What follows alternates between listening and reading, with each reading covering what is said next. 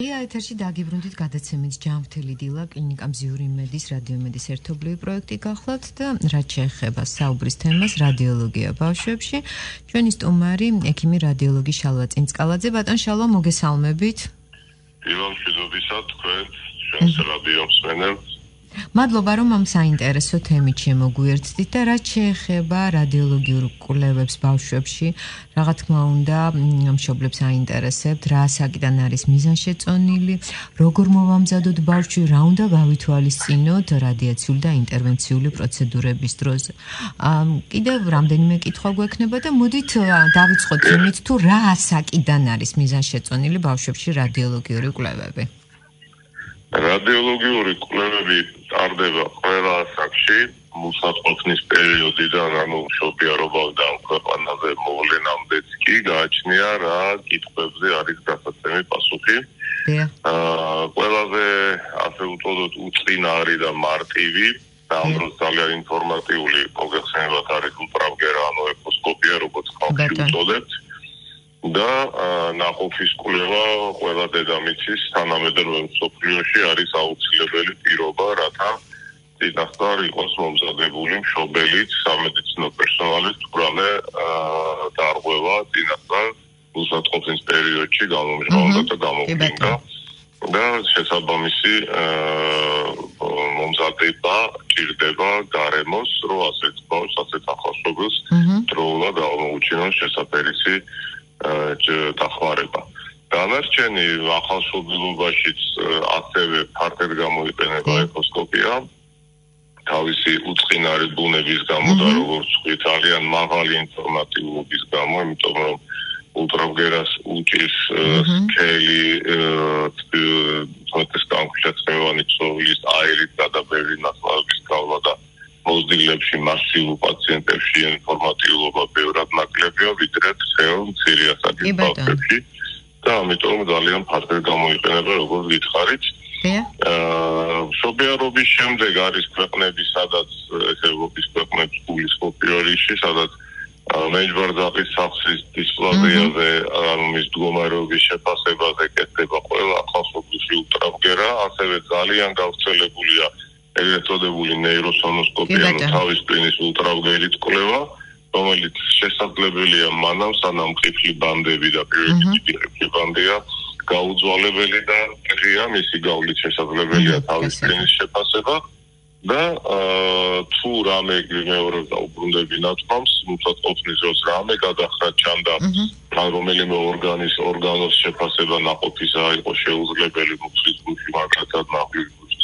საბედნიერო ძალიან იშვიათი დაავადება აკრეზია განუვითარებლობა ნაღვლის გამომტანი გზებისა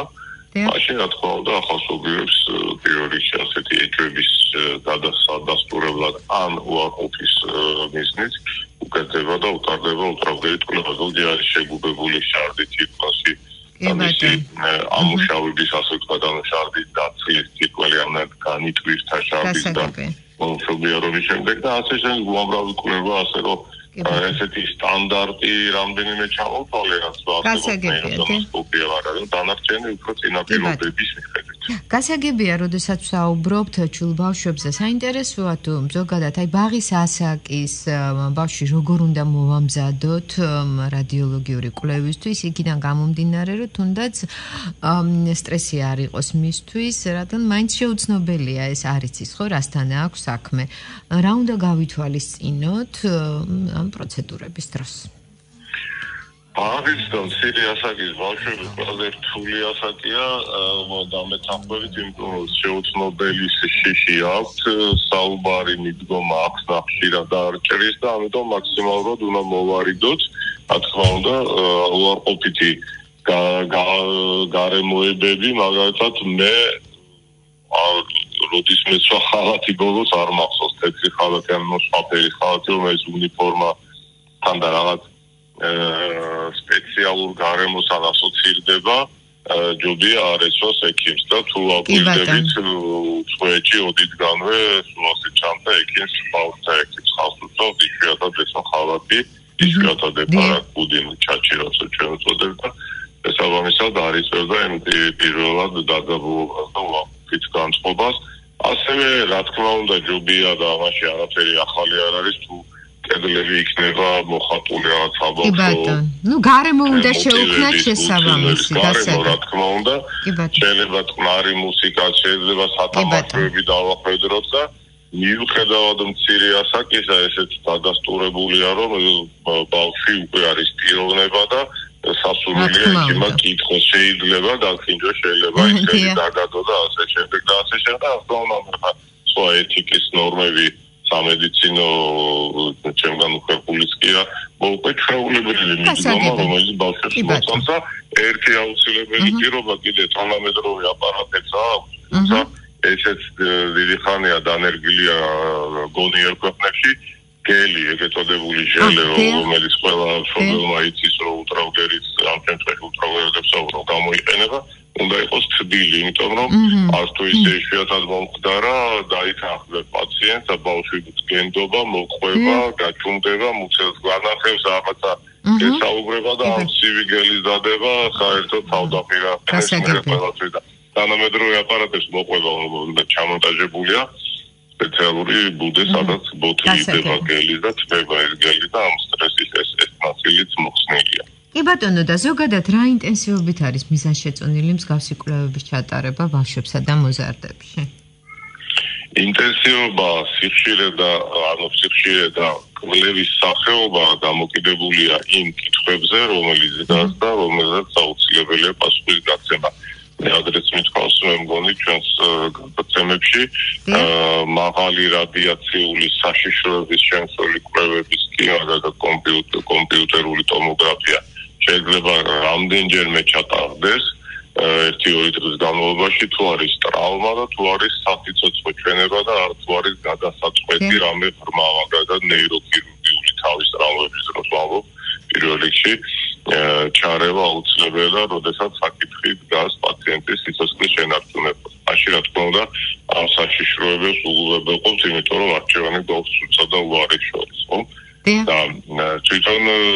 იგივე შეიძლება ითქვას სხვა კვლევებზე, იმიტომ რომ ბევრი მშობელი ერიდება ბავშვებში მაგალითად მაგიტორეზონანსული კვლევის ჩატარება, ანესთეზიის ან ნარკოზის, როგორც ჩვენ ცნობილია გარეშე არ ხდება.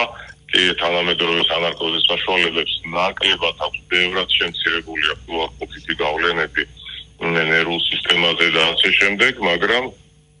მაინც ერიდებიან და თუ აუცილებელია, რა თქმა უნდა, ამ კვლევასაც ვატარებთ. და ультრავგერას რაც ეხება, როგორც გითხარით, აბსოლუტურად უწყინარი და ნორმალურია, ამიტომ საჭიროების შემთხვევაში რამდენჯერაც ექიმი ჩათვლის საჭიროებს, რამდენჯერაც განერვიულებული მშობელი ჩათვლის საჭიროებს, რომ დამშვიდდეს, ამ პირიქით დაუდასტურდეს თავის ეთები. იმდენჯერ შეიძლება. კი ბატონო, და ზოგადად, როდესაც ბავშვებზე ვსაუბრობთ, რა სისტემების დიაგნოსტიკა და მკურნალობა არის შესაძლებელი ინტერვენციული რადიოლოგიის გამოყენებით, რასთან მიმართებაში არის უფრო ხშირი მომართვიანობა? ნუ დავაკონკრეტოთ. უფრო ხშირესად არის მაინც მუცელი, იმიტომ რომ ბავშვებში მუცლის ტკივილი ძალიან ხშირი სიმპტომია და უამრავ აგენტითა და გარემოებით არის გამოწვეული. სასეზონია რა თქმა უნდა მაშინ ყველა ტემპერატურა გრიპების სეზონს გულისხმობს მაშინ ძალიან აქტიურდება და საინტერესო ხდება ბუნკერის კვლევა გულისხმობს ფილტვებს პნევმონიის არსებობა არ არსებობა შეფასდეს რადიოლოგიით ამ შემთხვევაში ультრავგერას გულისხმობს არა მხოლოდ რენტგენს და მოზარდებში როგორც უფრო ჩვილებში ვენკარდახის სახის განვითარების შესაბამისად მდგომარეობის შესაფასებლად ძალიან საინტერესოა ультრავგერა ნეიროსონოსკოპიაზე გითხარით თუ მაგალითად მუცადყოფნის დროს იყო ამ თემას ისევ დაუბრუნდები რამე გულის თანდაყოლი მანკებზე რა თქმა უნდა გულის ультრავგერის კვლევა ეკოკარდიო სკოპია უნდა ჩატარდეს აუცილებლად ასე რომ და ნუ ნებისმიერი ტრავმის დროს იგივე მუცლის ультრავგერა არ არის ტრავმის დროს რამე შინაგანი ორგანოების დაზიანება ესეც აუცილებელი პირობაა და ультრავგერა ამ შემთხვევაში პირველი რიგის კვლევაა და ტრავმების დროს რა თქმა უნდა დაეცა მუხლი და არტყა ექიმო რა თქმა უნდა წვეს ამას ტრავმატოლოგ ორთოპედი თუმცა როგორც წესი ეს მოიცავს რენტგენოლოგიურ კვლევას ძვლების შეფასებისთვის და რბილი ცხოველების შეფასებისთვის ультრავგერით კვლევას და შემდეგ თუ რამე პასუხგაუცემელი დარჩა, რა თქმა უნდა, ღრმა რადიოლოგიური კვლევა. კი ბატონო, და სისტემებს არაძნელი, ბევრჯერ მოდის მშობელი, რომ აი კისერი გავს გარეზე და პირზე რაღაცა ბურთები ესინჯება და როგორც წესი ლიმფური კვანტებია, ისე ультრავგერა, რა თქმა უნდა. ასე რომ ნებისმიერი კითხვა დაკავშირებული ექიმთან პრაქტიკულად იქნებს რადიოლოგიას და რა თქმა უნდა ლაბორატორიასთან შეფასების მეთოდებს. ბატონ შალვა, ცოტა დრო დაგვრჩა და ზოგადად რამდენად განვითარებადია ეს მიმართულება და რადიოლოგიის მომავალს როგორ ხედავთ კვლევების პროცესში? რადიოლოგია ვითარდება თავბრუ დახვევის სისწრაფით. მე ესეც ბევრჯერ მithქვამს ჩვენს ეთერში, რომ როდესაც ღრმა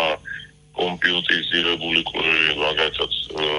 ტომოგრაფია და მაგნიტურეზონანსის კვლევა, შემდეგ ამას კიდე სხვა უამრავი კვლევა და ბევრი განშტოება დაემართა. მოსაზრება, რომ აი ультრავგერა და რენტგენი არავის დაჭირდება, მაგრამ თავისი აქტუალობა, როლი მეშინაში ამ უბრალო ასე ვთქვათ წყალებში და ნახევარკუნძულობით უბრალო კვლევა შეინარჩუნეს და განვითარდნენ პირიქით და ბევრი ცდილობს ხელავებით არ დანიშნოს საშიშროების შემცველი კვლევები და ისე შედარებით უწყინარიან საერთოდ უწყინარი კვლევები, იმიტომ ეს აპარატურას დაიხვეწა, მიდგომებით დაიხვეწა, ძალიან ბევრი საკითხი ხდება მარტივი რადიოლოგიური კვლევების გამოყენების და ყოველთვის არ ჭირდება საბედნიეროდ ღრმა და ძვირიანი კვლევების ჩატარება და რაც ეხება განვითარებას და პერსპექტივას, ახლა მithumet ეს გაადვილებულია, ჯერ მოხსენე აპარატურა დაიხვეწა და ძალიან უნიკალური გამოსახულების მიღება შეიძლება სხვადასხვა მეთოდით რადიოლოგიისა და პლუს ძალიან გამარტივდა და სწრაფი გახდა ეს ყველაფერი, იმიტომ რომ ჩაერთო ხელოვნური ინტელექტი და გაცხილა ასე ვთქვათ მეტი არასაჭირო კადრების და არასაჭირო მონაკვეთების აკვლევისა ხდება მისი მეშვეობით და ექიმს ბევრად გაადვილებული აქვს შეფასება, გაუადვილ და შეფასება გამოსახულებების, იმიტომ რომ გამოსახულება ხო რადიოლოგია ეწოდებული იმიჯინგი, ანუ დასურათება, რომელსაც სხვადასხვა მეთოდით რადიოლოგიისა ვიღებთ და ექიმის შემდეგ აფასებს. კი ბატონო, ძალიან დიდი მადლობა საინტერესო საუბრისთვის, წარმატებებს გისურვებთ. საინტერესო საუბრისთვის, წარმატებებს გისურვებთ. საინტერესო